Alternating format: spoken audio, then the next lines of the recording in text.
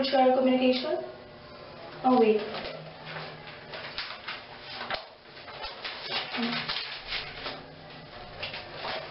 Hello? Oh, yes. It is the common important hindrances involve misunderstanding and different views, which are the results of intercultural differences. Considering more strong effects that culture imposes on the behavior of people will help you reduce problems and misunderstanding in your interactions with people from the cultures. Before evaluating strategies that will help you handle intercultural obstacles, you consider three important trends: globalization of markets, technological process, and intercultural workplace. Thank you. Welcome. Goodbye. Bye. Bye-bye. Oh my God, what's that? Maybe it's just my imagination.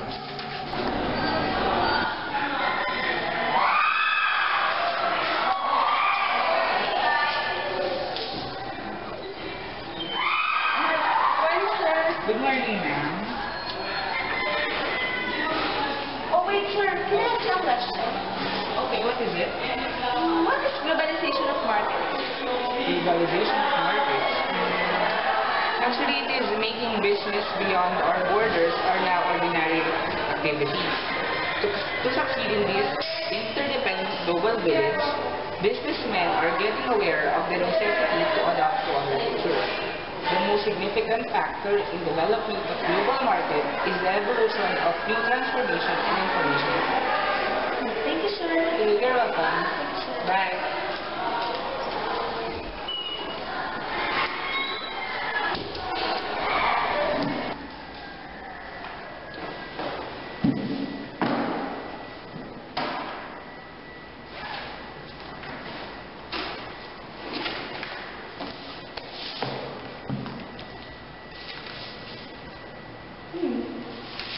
Technological process.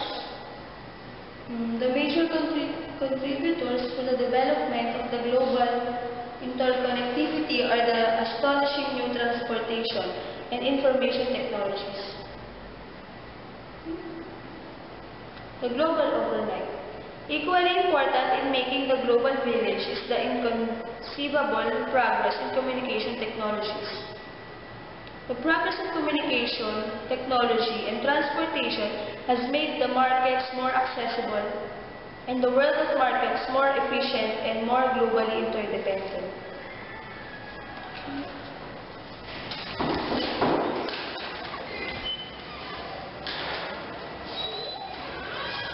Good morning, Mom. Good morning. Why? I just want to ask some questions. Oh, what is it?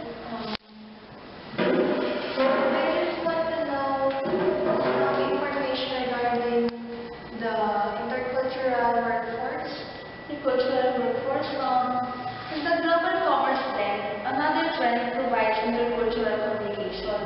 More significant cultural diversity is increasingly a norm. Knowing how to handle intercultural conflict too is a significant part of the education of any business communication. How about the nature of the culture? Nature of the culture. Webster's third new international dictionary defines culture as a total pattern of human behavior and its product, embodied in thought, speech, action, and artifacts, and dependent upon man's capacity for learning and transmitting knowledge to succeeding generation through the use of tools, languages, and systems of abstract thoughts. Okay. So that's it, Mom. Thank you. Thank you. Just close the door. Hey, have you noticed the new professor? Oh my God, he's so cute. Yeah, I see him, and according to him, knowledge of your own culture and how it differs with others is important step in attaining intercultural sensitivity. Another step involves knowing the barriers to intercultural accommodation and striving to overcome them. Yes, he also said that an ethnocentrism is the belief in the superiority of one's race a national attitude inherent in all cultures. It makes us judge other people through our own values. That's interesting. My God, I want to know him more. Me too. Oh my God, did you hear it?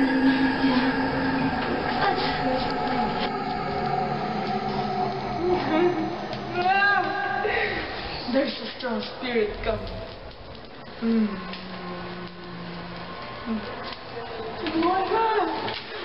Why are you here? I'm hearing us in the elevator. I don't know what to do. I'm so scared. I know this happened. This will Tell me, what can I do? a dead woman. Who is she? Her name is Giselle. Giselle? She wants revenge. Revenge for what? Her sister killed her. I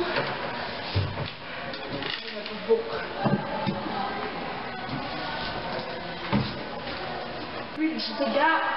A good attitude in achieving intercultural sensitivity is that of tolerance.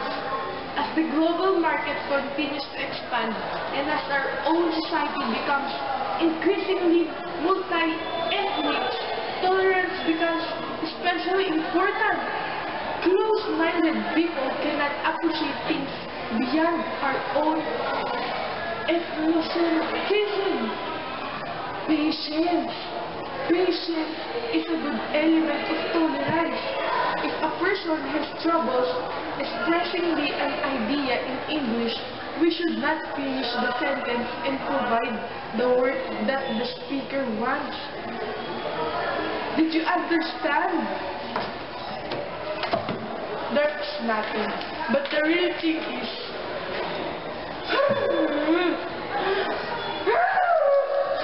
It's her again. We have to go to the place where she died. And then, She wants peace.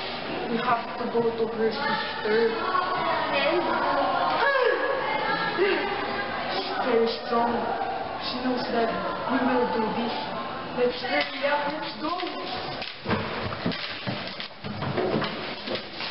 God.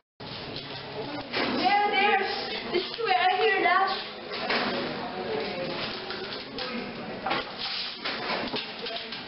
Here.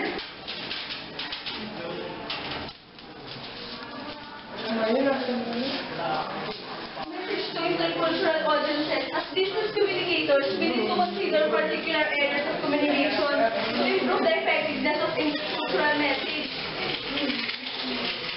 More!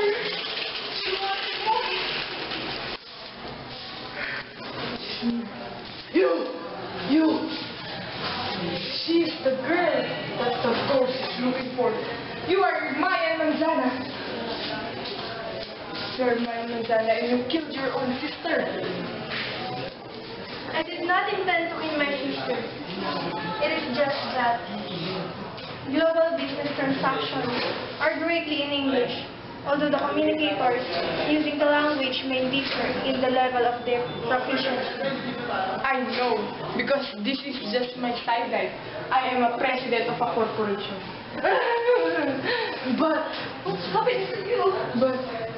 she wants to have a revenge from you, because you killed her.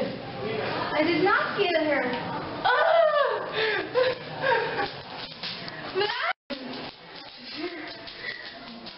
She's here.